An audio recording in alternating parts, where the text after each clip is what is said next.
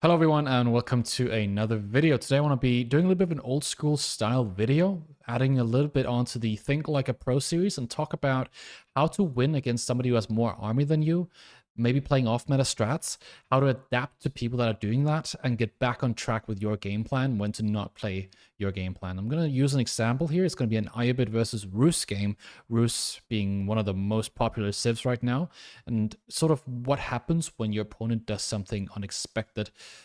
Let's get into it.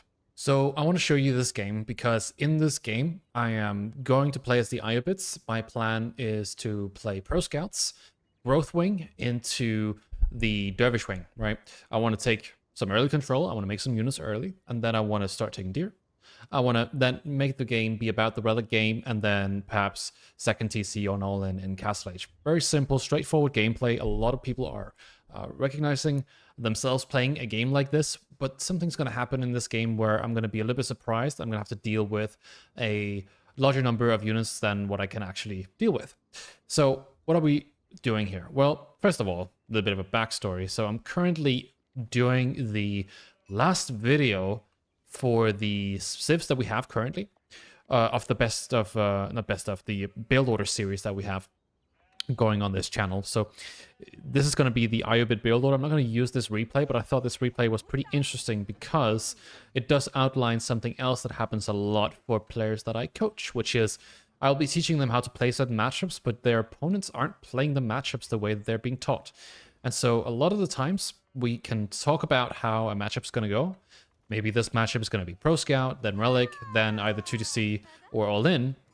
But a lot of the times people don't want to play that. They just want to go aggro and win. And so that's what we are going to have to deal with. You're always going to have that in the back of your mind when you're playing against, well, any civ really, but especially when you're playing against civs that are supposedly doing something. You want to watch out that you're not assuming that they're going to do something and just living off of that. You want to actually see what they're doing, confirm it, and then you can make game decisions. So that's the fundamental rule of thumb here is don't just assume and react. You want to assume, then scout, and then react. Because if you don't, you're going to be living off of this idea what your opponent's going to do. And then all of a sudden they march into your base with a big army. You have nothing because you thought they were going to fast castle. And then what are you going to do? You're going to lose, right? So that's what we're getting at here. I'm going to speed up a little bit here in the beginning because I'm just playing my opener. I'm going with a 6 on food, berry opener here, 1 on sheep, 4 to gold, and 1 to berries. This is going to be one of the standard openers here. So those are going to be included in the Iobit build order video. Then I'm going to go with a little bit of a focus here on wood. Then I'm going to get enough wood for stable and the Pro Scouts tech. And then I'm going to start taking the deer. So for me currently in this game, I'm looking for where the deer packs are. And I can see that they are very close and behind his base. I find mine, which is down here, which is fine.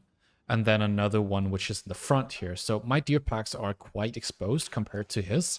And that makes it quite a lot harder for me to play out the game here, especially if he goes aggressive.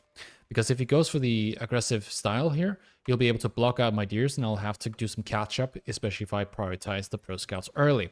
That's something you want to sort of be aware of when you're playing Pro Scouts, is a lot of the times you are behind in the beginning, especially if your opponent plays aggressive early. But the problem with playing aggressive against somebody who's good doing Pro Scouts is it's really hard to do damage in Age of Empires 4 because the TC does a lot of damage. Just in general, it's hard to attack early. So playing Pro Scouts into aggression, you're going to be behind, but you're usually fine. You're usually fine to do it anyways. So yeah, just playing Iobits here, moving my vills over to the second berry bush so that I have the growth bonus with the additional extra 50 food applied to all of my berries. And then I'm going to go scout for the last deer pack now. I have my villagers coming out. They're going to sheep. I'm going to put them to berries in a moment. I think that's going to be the best way to play it here. I've queued up Pro Scouts. And then I'm going to go for a stable next. So here early on, I'm scouting my opponent. I'm trying to figure out what is he opening up with. And here I see something that's very unconventional, I would say. You don't really ever see Roos open up with archer ranges because why would they do that? They have a bunch of scouts and usually people are a little bit behind. So dealing with, enemy units is not a problem for Roos. But I was kind of trying to figure out why would he open up with a couple of archers? Because in my head, from my practice and everything, people just play a couple of units, enough to contest the deer. And then they keep adding units as your opponent's adding units. So you're not really going for a mass production. So I'm thinking, okay, he's making archers because I'm going to go Desert Raider or Spearman. And that makes perfect sense to me, but he must know that I'm going to open stable then. And that means that if I'm going to open stable, I just make horsemen. So why would he make archers here? Why not open up with spears, for example? And so I'm just kind of a little bit perplexed by his play here, not really fully understanding what's happening, but kind of just deducing it to being, oh, he's just trying to make a few archers, and then he's going to try to deal with some sort of spear or Desert Raider opener. Because that's what I would do as higher bits. That makes perfect sense. And so that's really what's going on here. He's heavy on wood. And so in this moment, I'm kind of thinking, okay, if he's that heavy on wood, he's definitely going to add more production, but still not thinking, oh, he's going to go for, you know, feudal age all in. So I start taking deer. I find the last deer pack here, and I've added in a second archer range because I know a good counter here to dealing with archers can be archers themselves. Plus, if I want to add in horsemen like I'm doing, then he's going to have to add in spears, and then my archers are fine. But what I don't really see coming is the mass amount of units that he's actually making right now, because he's got double archer range and a barrack and a tower giving him the extra 20 wood. So this first fight here, I thought I was kind of okay, but it wasn't really that good. And this puts me at a massive disadvantage. I do some miss micro here. It's all very bad for me, essentially, because I was very surprised what was going on here. The stealth forest also coming in clutch, so I couldn't see with my units. So what do I do here? This is sort of the crucial moment. Do I just go next age? How much food do I have? I have 12 times 200 food. So about 2,400 food. Okay, if I go for that, and he has a full army outside of my base, I'm going to have to go men-at-arms. I can get about 6 men-at-arms before I run out of food. So the correct play here is not to ditch the pro scouts that I've gone for already. It's to try to get back in the game in feudal age. But how do I do that? Well, I can't go stables because he's got barracks. I don't know that here, but I know he has a spearman, so he must have a barracks. I can't really go for that many stable units, but what counters archers and spears is full archer. So what I could do is to play for a archer ball, but I cannot fight him head on because he will have more units than me since I'm already losing out on these fights. You can see he already has some units here, and he's interrupting my pro scouts, and it's all very bad for me. So what can I do? Well, I can make units. I need to, no matter what. Otherwise, I'm just going to get blocked from resources. And then I can try to see if I can get at his reinforcements. So some of the best ways to get back into the game if you're up against somebody who has more units than you is to cut them off where they're weakest, which is where their small groups of units are. So if you can kill these groups of units, they're not going to be reinforcing their main army, and at some point you're going to get ahead. So that's the idea here. Somebody's going to take some bad fights, and then hopefully that's our opponent, so we can even out. Okay, cool. So we want to fight the small army, not the big one, right? That's the problem here. We cannot fight this head on. And the game is not lost, not at all, right? But it is a very precarious situation we don't want to be in. We don't want to lose 2 archers like this because we need them. They're essential. So what we're waiting for here is for him to take his army and go to the back line where my gold is. He's scouting it. I know he's going to go for it. He could also go for the deers down here. He goes for my wood line, kills 3 vills. It's a really good attack. I lose too much. So now we're actually even on villagers because those were my 3 villagers that I got from the growth wing. So, bad situation. I don't have many deer. I still have food though. I still have wood. But if he goes to the back here and I don't have a plan, I will lose the game because I'm kicked off wood and I have too much idle time. So what I have to do now is to go for a raid. I have to go and figure out where is he moving his main army. And if he's moving it here, right? So you see the main army. I'm going to move away. He's going to go down the south side. He's going to push my wood, right? So what am I doing? Well, I'm sending out a raid force first. This can be good to find some idle time on his production or to cut off archers coming towards my base. Then he's going to move to the back line here, and there's a lot of travel time for him to go around my base, and I can move freely through my base. So what I'm going to do is I'm going to make my blacksmith, I'm going to get my ranged armor, move through my base, go to the other wood line, and since I know that his army's here, he's not here. So I move there. The idea. So I take my army, he's coming around here, he sees my scout, and now I can move down the middle. It's a tough map to do this on because Dry Arabia, yeah, that's a good example actually. Jar Arabia is bigger, but Cliffside has a very short rush distance. So doing a move like this, your opponent has to essentially just not see it coming. You can combine it then with a double attack like this. You get some bill kills as well, you even out a little bit, and that feels really good. And it's also just applying pressure in multiple points at once. Cutting out in the production here, he's put everything in front, which is really nice for me. But I don't want to stay here for too long because he has a lot of turrets, he's got front units producing, and his main army is on the way back. Now what's going to happen here, and this is something I was aware of, he's going to take his army, he's going to intercept mine, and he's going to outrun me, essentially. So I'm going to lose a good amount of units here. So first of all, I'm trying to get more value out of these. Kill as many archers and spears as possible, because he's kind of suiciding them right now. And they have the same movement speed as my enemy archers. I'm going to have to try to move away and not lose too much. And then I'm going to continue to make units that do the same thing again, right? Run down the middle. Because if you do that, you'll cut out more reinforcements. The good thing about him following me here, trying to kill these archers, is, first of all, he won't kill many. Second, the archers that he has will be behind me all the time. I know where they are. I can control where they go. Really cool. So this archer blob here, although it's small, he's focusing 23 units on 9 units. That means if I've continued to make units, I will have an advantage if I attack somewhere else. So when you see your opponent going for a big attack like this to try to follow out a small group of units, that's fine. That's really good for us, because it allows us to attack from a different angle.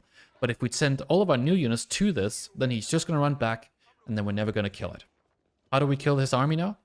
We make a big enough force, have him follow us all the way back, and then we cut him off and kill him. Simple as that. So we appear weak.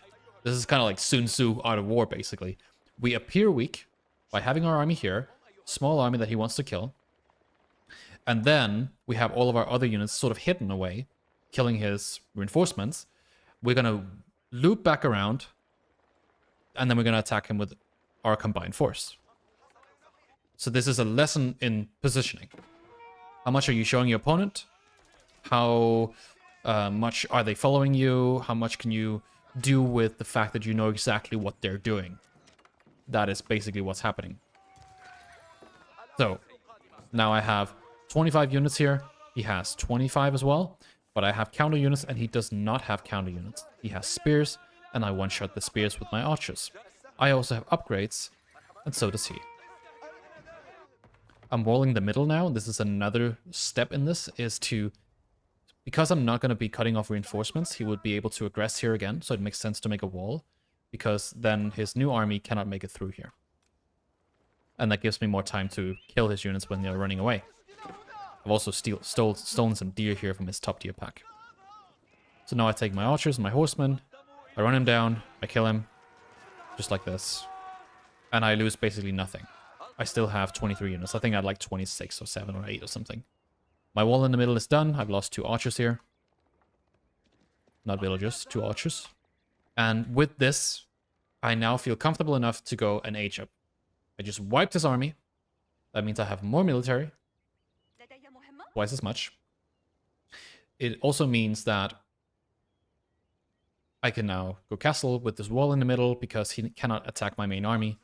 So what does he do? Well, either he goes head on, he goes around, or he goes castle age. He goes castle age here, as we can see, but we don't know this at this point in the game.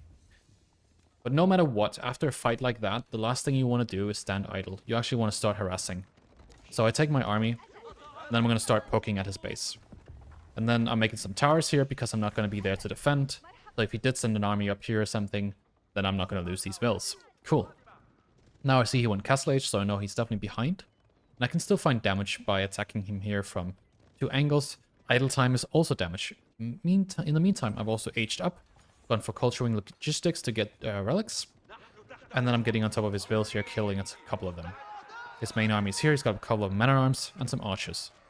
So I'm just going to run away from that. And then go back into the wood line.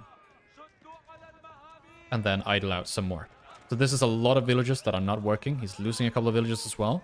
This is really good for me. What's going to happen now is he's going to go for a big attack. He's going to have a lot of units. And I just basically have to get a lot of units as well and then win that fight because I am ahead. I have probably a higher resource income, I would assume. A little bit more food, a little bit more gold, a little bit less wood. Okay, I actually got quite a lot more food. The idle time really paid off. So this is good for me. I also know that he didn't pro-scout, that he's killing vills here, so I send my horsemen to raid. These raids here are very, very essential. Even if these are not going to kill anything, they're still going to have him go back to defend this, and that's what it's all about. You want your units to have some value all of the time. These horsemen are not going to have value in any of the fights coming up because he has spears and archers upgraded and men-at-arms, and I don't want to run horsemen, I want armored units. So this raid here, just the idle time itself, even if I didn't kill anything, it would be so much worth it. Plus, it takes his new units and pulls them to the back of his base where they're not going to be very good. 3 dervish, I take the relics. I upgrade my archers. I instantly get +2 range attack because that means that if he doesn't have +2 ranged armor, my archers will do significant damage against his units. I'm going to make crossbow, ghulams, camel lancers, and then go for the big fight here. He's gonna come around bottom side, comes in TC range. I kill 1 archer, that's nice. I lose these horsemen, I don't care about them. I lose my dervish here, that's fine. And now I have enough. I've got my upgrades, my +2 range attack. He still doesn't have +2 ranged armor. So now is a good time for me to attack. Even though it seems like I have less, my units are higher quality, and his men-at-arms won't really be doing the job that they're supposed to do, especially because I also have 7 crossbows here. So this is a really, really good fight for me. He sends another army to the north side, but I have towers there, so I'm not really in a rush to go kill it. I wipe his main army. I'm gonna go wipe his top army. The game is over. This is complicated. It's not a build order video. This is not do this, do that. This is adaptation and knowing how your opponent moves throughout a game like that. Makes a lot of sense, and you definitely need to learn this when you put yourself behind early on, whether that's on purpose or if it's a mistake. Adapting, getting back into the game by killing small groups of units, cutting off the big ones, wrapping around with your raiding forces and your main army.